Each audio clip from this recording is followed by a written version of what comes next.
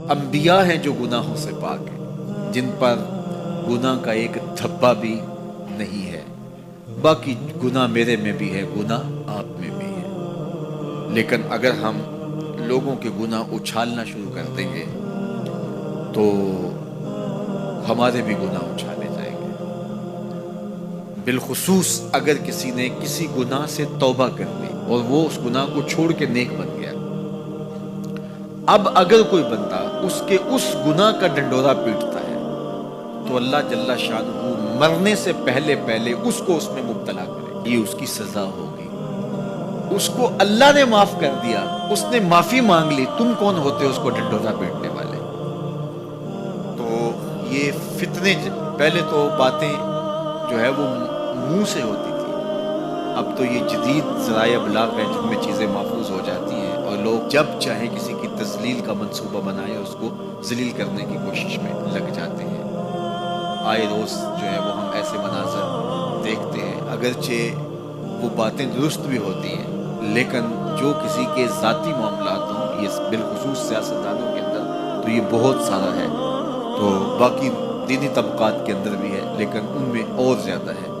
تو یہ ایک بہت بڑا فتنہ ہے جس سے اللہ ہمیں محفوظ فرمائے۔ تو حضور نے ارشاد فرمایا، جس نے کسی مومن کی پردہ پوشی کی، کسی مسلمان کی پردہ پوشی، اللہ اس کا دنیا میں بھی پردہ رکھے گا، آخرت میں بھی پردہ رکھے گا۔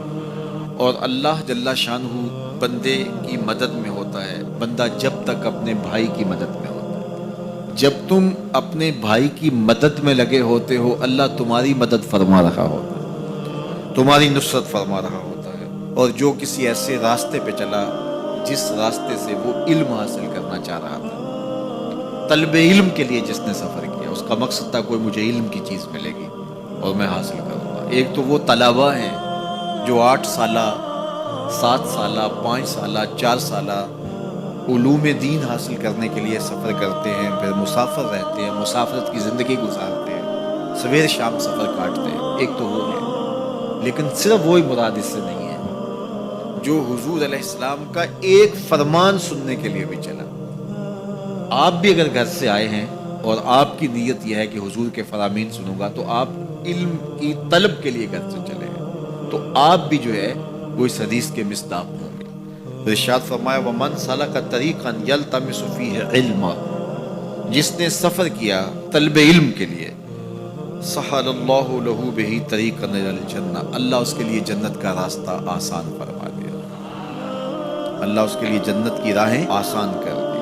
آپ صاحبزادوں کے نام، پیرزادوں کے نام، مولوی زادوں کے نام، سردار زادوں کے نام اور بڑے باپ کے بیٹوں کے نام اگلے لفظ اسی حدیث کے، جو عمل میں سست ہوا اس کا نسب اس کو تیز نہیں کرے گا۔ جو عمل میں سست ہوا تو وہ کہے کہ میں فلاں پیر کا بیٹا ہوں، میں فلاں مولوی کا بیٹا ہوں۔ دیکھو، جس نے عمل کیا، جس نے کام کیا، اس پر سکینہ بھی اترا، جس نے کام کیا اس پہ رحمات بھی اتری، جس نے کام کیا اس کے اوپر فرشتوں نے پروں سے سایہ بھی کیا، اور جس نے کام نہیں کیا، نہ کھٹو تھا لیکن کہا پدرم سلطان بود، میرا باپ بادشاہ تھا اور خود کسی کام کاج کا نہیں ہے، تو کہا جو عمل کے لحاظ سے سست ہے اس کا نسب اس کو تیز نہیں کر سکتا۔ پیر زادہ ہے ثاقب تو پھر کیا ہوا، پیر زادہ ہے ثاقب تو پھر کیا ہوا، بے عمل ہے تو سب کچھ ہی بیکار ہے۔ پھر نسبت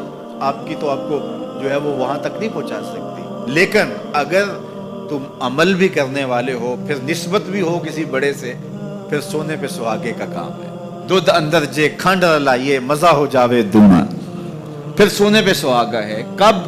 جب صاحب نسبت، صاحب کرامت، بڑے باپ کا بیٹا وہ نیک بھی ہو، ساتھ باصلاحیت بھی ہو، تو پھر سونے پہ سہاگے کا کام ہے۔ اس کا نسب اس کو تیز تب کرے گا جب وہ خود بھی چلے گا۔